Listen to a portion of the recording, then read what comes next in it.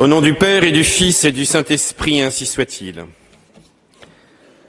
Chers frères, le débat sur l'identité chrétienne me ramène aujourd'hui à cette fête de l'Épiphanie, à commencer par un passage de Don Guéranger qui, je trouve, répond admirablement à la querelle que nous avons ces derniers temps.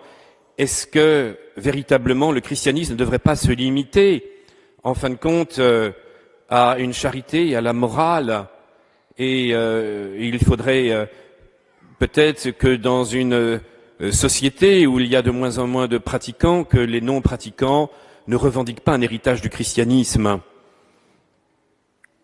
Alors je schématise un peu, mais il y a cela comme querelle de fond. Est-ce que, véritablement, il peut y avoir un héritage chrétien qui déborde, en fin de compte, du mystère, en tout cas d'une Église visible et qui peut dépasser ceux qui ont la foi et qui pratiquent. Écoutons Don Guéranger à propos de cette fête. Heureuses encore, aujourd'hui, les familles au sein duquel la fête des rois se célèbre avec une pensée chrétienne. Longtemps un faux zèle a déclamé contre ces usages naïfs dans lesquels la gravité des pensées de la foi s'unissait aux épanchements de la vie domestique. On a attaqué cette tradition de famille sous le prétexte du danger de l'intempérance, comme si un festin dépourvu de toute idée religieuse était moins sujet aux excès.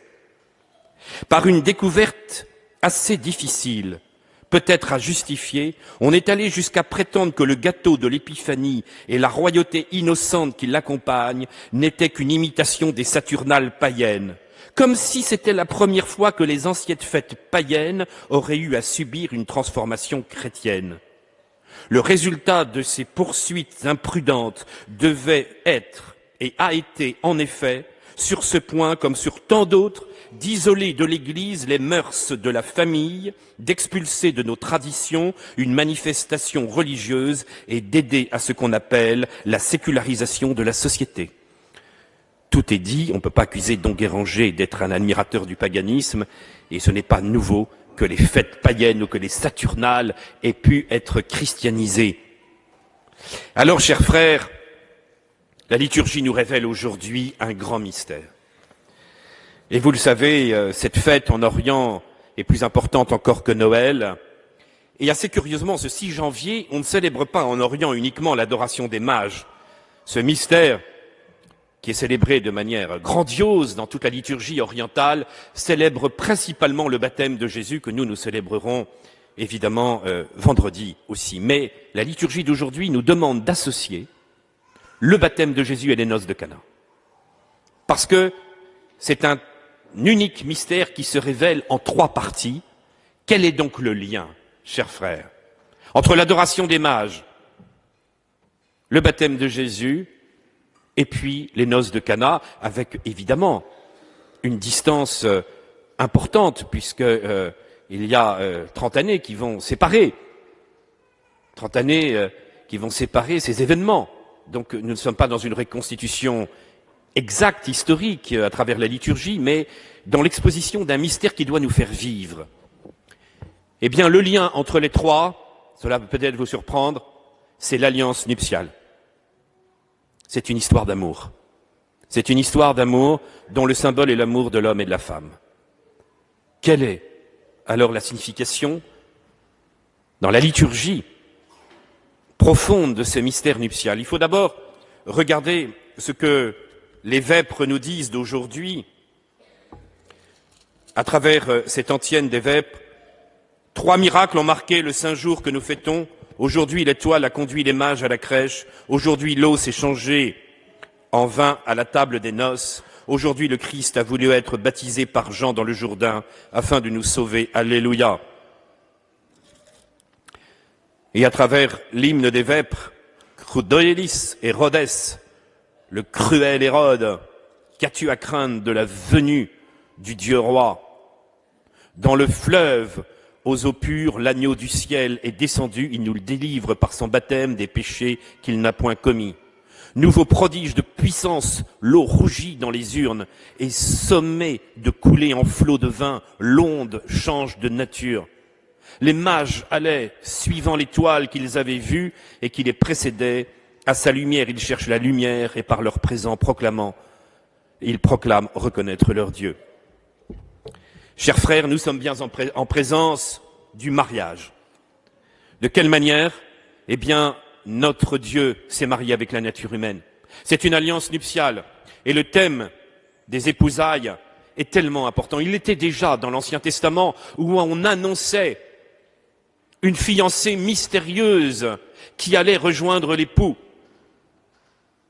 Et cela apparaissait comme véritablement un thème fondamental du mystère du salut.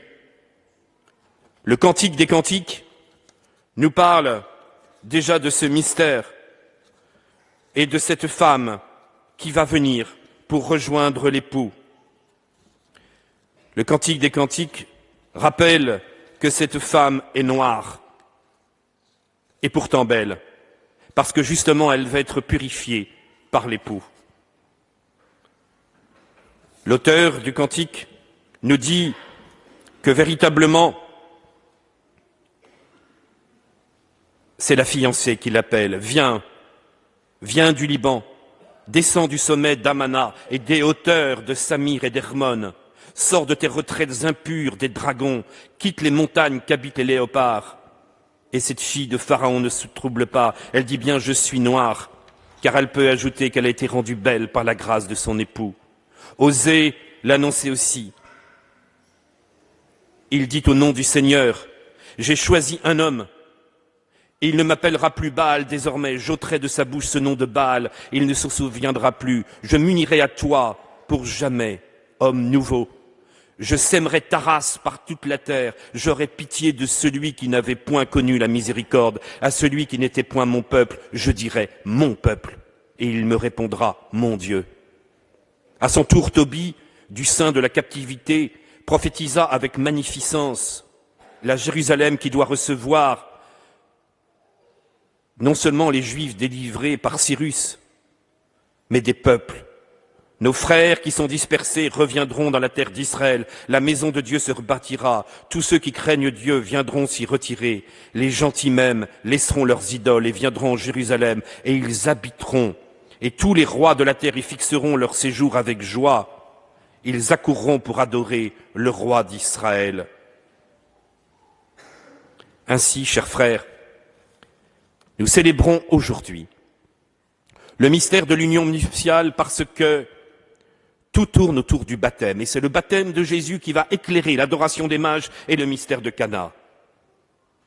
Car, à travers le baptême, il est véritablement l'époux qui est révélé. D'ailleurs, plusieurs fois, Jean-Baptiste s'était présenté comme l'ami de l'époux. Je ne suis pas le Messie, je suis envoyé devant lui. Celui qui a l'épouse est l'époux, mais l'ami de l'époux qui se tient près de lui et l'écoute est ravi de joie à la voix de l'époux. C'est là ma joie. Par ailleurs, il avait dit, est-ce que les amis de l'époux peuvent jeûner pendant que l'époux est avec eux? Aussi longtemps qu'ils ont l'époux avec eux, ils ne peuvent pas jeûner. Mais il viendra des jours où l'époux leur sera enlevé, et c'est alors qu'ils jeûneront. Cette fois, c'est Jésus qui le dit lui-même aux disciples de Saint Jean. Ainsi, Jean-Baptiste, qui représente l'Israël fidèle, est toujours en lien avec l'époux. C'est-à-dire qu'il c'est lui qui montre l'accomplissement des prophéties. Notre Dieu va assumer la nature humaine pour s'unir totalement à la nature humaine, pour apporter la vie, la transformer. En ce jour de baptême de Jésus, celui qui avait tant parlé de l'époux dit « Voici l'agneau de Dieu qui enlève le péché du monde ». Et c'est devant Jean-Baptiste aussi que nous voyons le mystère de la Trinité. Le Père dit « Celui-ci est mon Fils bien-aimé en qui j'ai mis toutes mes complaisances ». Et nous voyons le Saint-Esprit qui vient comme pour sanctifier ses eaux. Car de fait, l'époux qui se présente vient pour transformer l'humanité. Et quand il sera de la croix, c'est de son cœur que va jaillir cette eau, et cette eau du baptême qui va nous transformer, et qui va faire de nous, alors, les véritables épousés. C'est-à-dire que l'eau du baptême va faire que nous allons recevoir véritablement l'époux qui veut s'unir à nous à tout jamais, et nous transformer comme de véritables épousailles, pour que nous soyons dans la vie éternelle. Le baptême de Jésus nous révèle l'amour du Père qui nous a livré son Fils pour un mariage à tout jamais. Celui-ci est mon Fils bien-aimé en qui j'ai mis toutes mes complaisances, et le Saint-Esprit pour que nous soyons sanctifiés qu'à partir de la Pentecôte, qui sera la continuité de l'épiphanie du baptême de Jésus, toutes les nations puissent recevoir la présence de Dieu, être transformées dans la gloire de Dieu. Vous voyez comment l'épiphanie est un mystère incroyable que seule la liturgie, plus que la théologie encore, peut nous révéler. D'où l'importance, mes frères, que vous soyez des passionnés de cette liturgie dans la forme extraordinaire, en la suivant bien tous les dimanches, car vous avez une force des symboles qui vous feront vivre de la présence de Dieu. Et c'est donc un éclairage sur aujourd'hui l'adoration des mages, car ce que les mages viennent réaliser en se mettant à genoux devant l'enfant Dieu, c'est de reconnaître justement à travers leur offrande, eux les païens, eux qui sont un peu les disciples des étoiles, qui ne regardent que dans les fêtes païennes, ceux-là viennent se mettre à genoux devant le Seigneur. Peut-être qu'ils ne comprennent pas tout encore, ils n'ont été guidés que par les étoiles, mais ils viennent reconnaître l'enfant roi, c'est-à-dire qu'à travers la faiblesse de cet enfant, ils vont véritablement reconnaître le Dieu fait chair, les épousailles vont pouvoir avoir lieu. Ils repartent comme étant réjouis, et ces présents que l'on apporte pour les noces, ils les ont apportés à l'enfant Dieu. Ils les ont apportés pour reconnaître la divinité véritablement de cet enfant et pour reconnaître qu'il est leur vrai roi, eux qui étaient aussi rois, reconnaissant lui une royauté d'amour qui va pouvoir se réaliser sur l'ensemble de l'humanité. Tout ce qui avait été annoncé sur toutes les nations, qui allaient pouvoir rencontrer véritablement l'époux, va pouvoir se réaliser. Ils sont noirs, mais pourtant beaux, parce qu'ils sont véritablement transformés par cet amour du Seigneur. Ils sont transformés par cette gloire de Dieu. Enfin, le mystère de l'épiphanie, c'est évidemment les noces de Cana. C'est les noces de Cana parce que Jésus, à la demande de sa mère, va pouvoir transformer l'eau en vin. Ils n'ont plus de vin. Qu'y a-t-il entre toi et moi, femme ? C'est-à-dire, qu'y a-t-il pour que je puisse répondre à ta demande ? L'heure n'est pas encore venue, parce que la véritable heure de ce miracle, ça sera sur la croix, lorsque le Seigneur aura le cœur transpercé et que le sang et l'eau seront mêlés pour se répandre sur le monde, le sang de la croix et de cet amour rédempteur pour que le baptême et que ces eaux puissent se répandre dans le monde entier, toucher toutes les nations. Et alors, chaque homme pourra devenir enfant de Dieu et pourra devenir le vrai roi. Les noces de Cana jouent un rôle fondamental parce que le premier miracle de Jésus a lieu au cours de noces, comme par hasard, au cours de mariage, pour transformer l'eau en vin, c'est-à-dire que le vin qui nous sera donné dans le mystère eucharistique sera le sang du Christ pour que nous soyons mariés à Dieu. Je dis bien mariés, n'ayons pas peur des épousailles mystiques, comme le dit Saint Jean de la Croix, qui parle avec une liberté incroyable et qui dit que c'est un amour incroyable qui se réalise parce que nous sommes infiniment aimés de Dieu, comme si nous étions la plus belle des épouses.